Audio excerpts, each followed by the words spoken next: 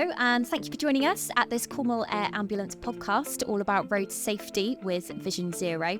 I'm Sarah, I'm the media officer at Cornwall Air Ambulance, and I'm joined by Steve Garvey, who is our air operations officer, Adrian Leisk, who is head of road safety at Devon and Cornwall Police, and Natalie Warr, who is partnership manager at Vision Zero Southwest. So last year, Cornwall Air Ambulance was called out to 127 serious road traffic collisions, and we know that the last few weeks and the last few months, we've had a number of serious collisions and fatal collisions on our roads here in the Southwest. As Cornwall Air Ambulance, we're part of the partnership of Vision Zero. Natalie, could you tell us a little bit about what Vision Zero is and what it's aiming to achieve? Yeah, sure. Hi, Sarah. So Vision Zero is a collaboration of agencies who work together to drive down the number of people who are killed or seriously injured on our roads. We acknowledge that every road death is just one too many, and the impact for families and communities and those that respond lasts a lifetime. So we're a really committed organisation, and we do a lot of great work to try and drive those numbers down. Well, we've had a concentration of fatal and serious injury collisions across Cornwall. Each one of those is an absolute tragedy and leaves behind devastation for the families and loved ones left behind. So they're really impactful, but they really are occurring for a variety of reasons. I'm keen to stress as well that there's a myth in Devon and Cornwall that it's holidaymakers and people coming in who are involved in the collisions. Over 75% of collisions, serious and fatal collisions in Devon and Cornwall, occur within 9 miles of where the person lived. So it's local people, close to where they live, on familiar roads. That's it. There's never anyone around that corner. I've done this 100 times. You get complacent, you get tired, there's distraction, there's noise, family members, passengers in the car, there's some form of distraction, and you are overconfident. Generally, when people are on holiday and they're visiting unfamiliar road networks, they tend to drive slower, and that can actually increase the problem. So whilst I'm saying holidaymakers aren't the issue, the problem is that locals sometimes get impatient with someone who seems to be not knowing whether they're turning left or right, and they'll go for an overtake that probably puts themselves at increased risk. Yeah, obviously we are tasked to the more serious road traffic collisions throughout Cornwall and Devon. When we are tasked to a call like this, the first thing I think you feel is maybe even the trepidation of going to it. Whilst we're trained professionals to deal with this in people's hour of need and crisis, it's still a concern with what you're going to actually be faced with. Sometimes you may be first on scene, and so you're going to be prepared to be sort of unpicking the carnage and everything, the devastation that you're first going to see. For ourselves, when it comes to attending a road traffic collision, we need the roads shut to be able to land actually on the carriageways. We may land off them. They're not always on the A30. They're on some of the minor roads, like Adrian has said. But we need to liaise with our police colleagues to shut the road down. So that's going to cause an impact for the local area and environment, as well as we close the carriageways so that we can land on and do our work.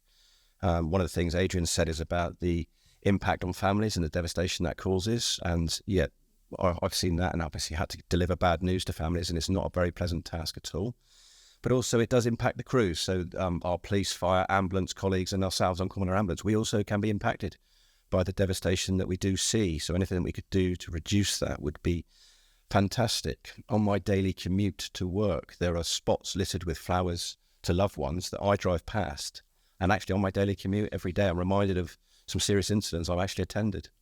That's a feature of emergency responder. So, 31 years in policing for me, and I still go past locations and they're still as vivid the memories of those collisions you attended.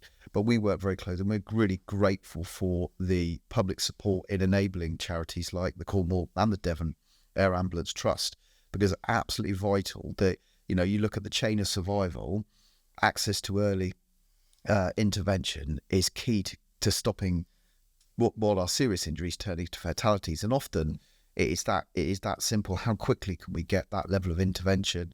We know the challenge that's facing the ambulance trusts in terms of getting to incidents with the backlogs at A&E and stuff. So the work of Cornwall Air Ambulance Trust and and our other partners across Devon and Cornwall are incredibly important in that. And we do work to obviously get locations for individuals to get the air ambulances to land, and obviously to be able to take off safely. And we're getting quite a damn hand at reminding them, or making sure there's things like overhead wires, which helicopters and overhead wires aren't probably a good combination. So we do work quite closely together to make sure that we can facilitate them getting quickly, because they're the experts. They've got the specialist kit and the know-how to prevent us having to make that awful knock on someone's door to tell them that a loved one isn't coming home. Yeah, we're always looking to what we can do to improve the patient experience, and we're developing our service over the years. The latest treatments we're offering is enhanced pain relief with ketamine, sedation. We have doctors on board now, so we're doing roadside general anaesthetics, which improves patient outcomes, and obviously blood transfusions. That was new. Within day one of launching our blood transfusion service, we actually saved the life of a 17-year-old on the first day that we launched our service, who was involved in a very nasty road traffic collision involving a motorcycle. And without that actual intervention, we don't think that chap would have been here. But fortunately, we did save his life, and he's been back to meet the crew at the airbase. So blood transfusions and all the enhanced analgesia properties that we have are helping to improve patient outcomes. Because that's the big question, isn't it? What can be done to help bring these numbers down? Yeah, so I think we sort of really acknowledge within Vision Zero Southwest that no single agency can do this on their own. That's why we've come together to work together to drive those numbers down. But I think it's really important to say that communities play a really key role in all of this as well. In terms of positive behaviours, we really need to create an environment where it's socially unacceptable to speed, where it's socially unacceptable to pick up your phone, where it's socially unacceptable to drive under the influence. There's lots of these impacts where someone thinks, I can do it just this once, I'll get away with it. I think Adrian touched on it earlier. You make a journey so many times, you think you're almost invincible, but we know the reality is very different. It takes one simple mistake and it leads to a really devastating outcome. And I think, we work really closely with our partners. So like local highway authorities will deliver road safety improvements on the ground. And in particular in Cornwall, Cornwall Council are delivering a programme now to reduce speeds in towns and villages throughout Cornwall from 30 miles an hour to 20 miles per hour. So that's the majority of 30 mile per hour limits being looked at and reduced in those areas where people live, work and play.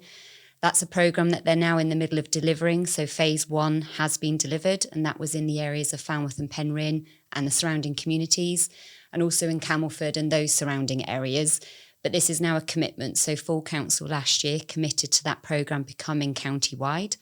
So over the next sort of 4 years, that programme will be delivered across all towns and villages in Cornwall. So that's a really great example of how local highway authorities themselves are looking at the issue. They want people to be more active in their communities, so they want more people to walk and cycle. They want those communities to feel safe. So by bringing those speed limits down, that will make people feel safer and be safer. But we also then need everyone else who's using the roads, motorised forms, to respect those speed limits. And I think together, obviously, if everyone displays those positive behaviours, we can drive those numbers down. But we know it's a big ambition, but it's one we're not afraid to take on. Yeah, and you touched briefly on drink and drug driving. Obviously, we know in Cornwall, we're a very rural place, beautiful, but not the best road infrastructure in some places. Lots of rural pubs, people wanting to go there on a weekend, perhaps for an evening, and then driving home again. I mean, how much of an issue are things like drink and drug driving in the county? It's huge. It's a huge issue in Cornwall in particular. The challenges of those rural pubs where someone thinks there's very little chance of me getting caught or stopped for drink driving on the way home. They make that journey. As Natalie said, 9 times out of 10, they get home safe and sound. But the time they don't, they hit a tree, and the tree always wins. And we end up getting called, in the early hours of the morning when somebody happens to stumble across a car that's left the carriageway, and the drivers, generally those sort of collisions are involving drink. Sadly, in the middle of the night, they're involving drink or drugs. And this is part of the challenge. We've set ourselves an ambitious target within Vision Zero to eradicate road death by 2040, half it by 2030. I'm not comfortable with that thought around halving road death, because that's still 20, 23, 24 families last year we would have had to go and knock on a door, and just one of those knocks is too many. But we have got a really ambitious target to do that. We're not going to do that without community support, and like Natalie says, making it socially unacceptable to speed. The devastating impact it has on frontline responders having to go to that, the frantic work that's done at a road traffic collision scene to save someone's life. That is all the motivators that people need to get involved, and we've doubled in Devon and Cornwall. We've doubled the size of the roads policing team now. We've introduced these no excuse teams using marked and unmarked cars, using automatic number plate recognition with details on there from uninsured vehicles. We can seize untaxed vehicles on behalf of the DVLA. Often when we stop an untaxed vehicle, you find that there's further things wrong with the car. It's not insured, the person's not got a license, or they're drink or drug impaired. You'll need to look at our social media feeds for the No Excuse team and the roads policing team. Every stop tends to unravel more and more problems, and they're all linked to the Fatal Five.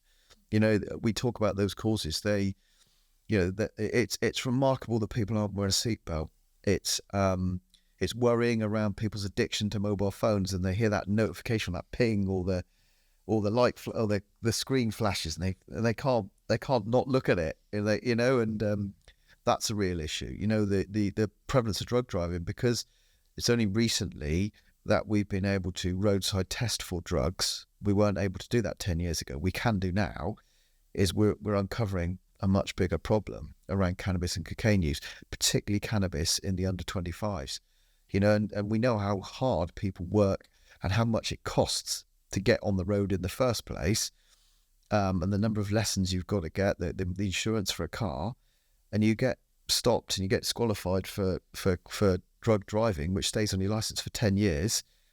Good luck getting insurance. Good luck getting a car again. And for some people living in rural communities in Cornwall, it's really important for them to have transport, to be able to stay socially connected to friends and to their social groups, to work. So it's massively there's a lack of understanding there, and that's one of the things we're looking for. And that's what Vision Zero is about. It's about pooling our resources, pooling our efforts. That age group, the 18 to 25-year-old group, that's what they're a group that we're now looking to target, and to see if we can improve education, because often 18 to 25-year-olds are really environmentally and socially conscious. Mm-hmm. Yet cannabis production has got modern slavery at its heart. There's Vietnamese gangs being tracked into this country growing cannabis on industrial scale. Horrific, modern slavery elements going into it. Yet people, who are generally ethically driven, have got a real ignorance around how cannabis actually makes its way to them.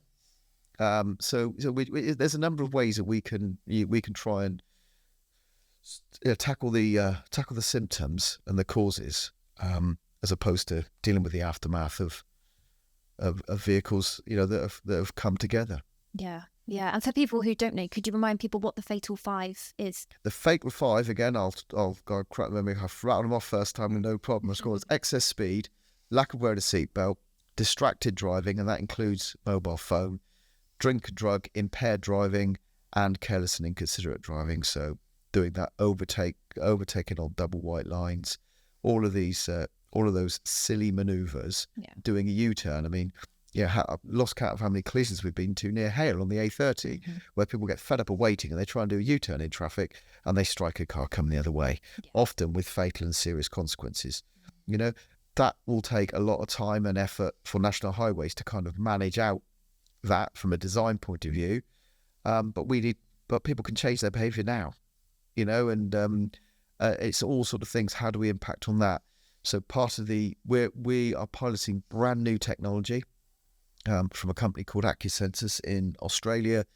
It uses artificial intelligence on a camera system that detects whether you've got your mobile phone in your hand or you're not wearing a seatbelt. We've piloted it, trialled it, I think on 15 occasions. We caught 600 people not wearing a seatbelt. 600 not wearing a seatbelt.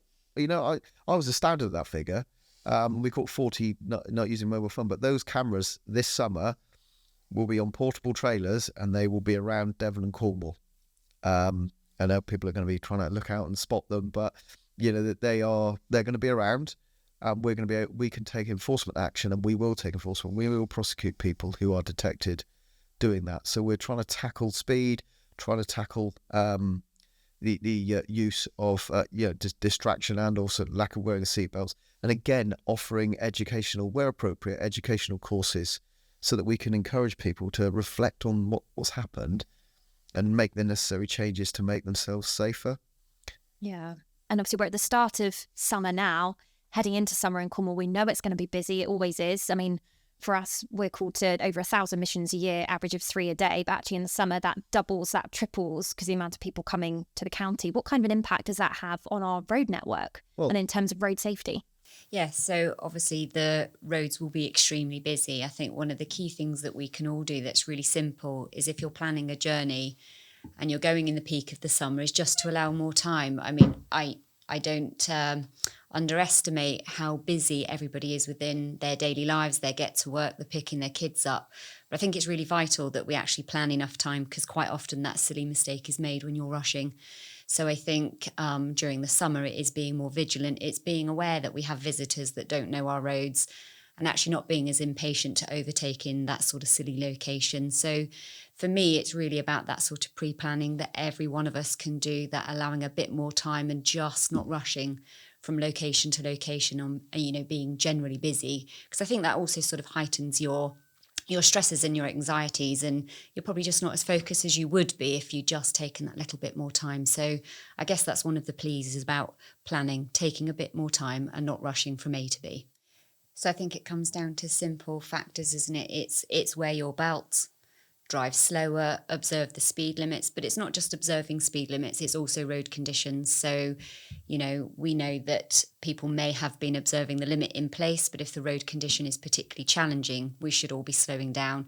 It's putting that mobile phone away. If you're a younger driver, it might be playing the music slightly lower, asking your passengers to make sure that they're belted, and not letting peer pressure get in the way of how you drive your vehicle. And if you're a young person in a car and you're being distracted by your friends, I would say don't be afraid to pull over in a safe place and ask that behaviour to stop, because ultimately you're the one driving that vehicle. You're responsible for your safety, your passengers' safety, and the safety of others on the road. And I think that goes for anybody, really. It's not about an age thing. We just know that obviously with younger drivers, it can be easily peer-led. Yeah, and we've heard about the devastating consequences of that, and obviously going to attending these scenarios where things have happened, and obviously the consequence of and the knock-on effect onto everybody, the patient, the family, the emergency services, people who see it. I mean, we know it's all about changing that behaviour at the start, so we don't get to that point. What would your sort of takeaway be for anyone listening or watching? What do you want them to take away from this to try and change that behaviour and that culture? Well, I'll throw it open to the other two. Well, I think Natalie sort of hit it earlier as well. What the thing I've been guilty of in the past, it is actually planning where you need to go and be. We all have busy lives with working schedules, but we need to just take that time out to realise that your journey is littered with tractors and slow-moving vehicles down here and whatever else, and the A30 lovely roadworks that we have, but that will improve infrastructure moving forwards. I was caught up in a very new system this morning and miles of tailbacks, but I knew it was coming. We planned for it, and then don't have the radio too loud, but just relax and enjoy the moment of relaxation there, being safe, and planning would be my thing, and obviously reducing the speed and the other issues that Adrian's mentioned, really, and then reduce the pressure on the ambulance service and all the services, obviously the police, the fire, all of the emergency ambulance services, because our demand is about to rocket at this time of year for all the other incidents that we need to attend. Yeah, and I think on the occasion where perhaps the planning hasn't gone quite to plan, because things do overrun, and we understand that, I think it's just also acknowledging that perhaps it's not too much of an issue if you arrive at your end destination and you're late. I think the consequences of rushing and speeding along because you've absolutely got to get there dead on actually is not the thing that we want. Is it too much of an issue if you're there 10 minutes late? Probably not. And you may have just avoided something that you didn't realise was going to happen that day. So there are going to be occasions where people are put under pressure, but I think it's just knowing that you're just going to have to carry on taking it easy and try and take that deep breath before you take off on your journey, because, those consequences are devastating. And I think that's what we all ultimately want to do, is to avoid those impacts that we're seeing and knowing about that's happening in the community. And one day it's potentially going to be somebody and you'll have a very different view about what went on at that time with that incident, if it's something that's happened to you personally or someone that you know quite closely. And at the end of the day, that is what we're trying to reduce. Great. Okay. Well, just to sum up then, finally, obviously, we're really proud as Cornwall Air Ambulance to be part of Vision Zero Southwest, but obviously we couldn't do what we do and keep attending these missions and these RTCs without the support of people, Cornwall, Isles of Scilly and beyond. So costs over $6 million a year to keep the charity running, and we're so grateful for everybody who can support us. And if anyone wants to find out more, our website is cornwalleirambulancetrust.org, and we encourage any support. But thank you both so much for joining us, and Steve as well. And I hope it really raises some discussions and some thoughts among our local communities. Yeah, thanks for having us. Thank you. Thank you. Thank you.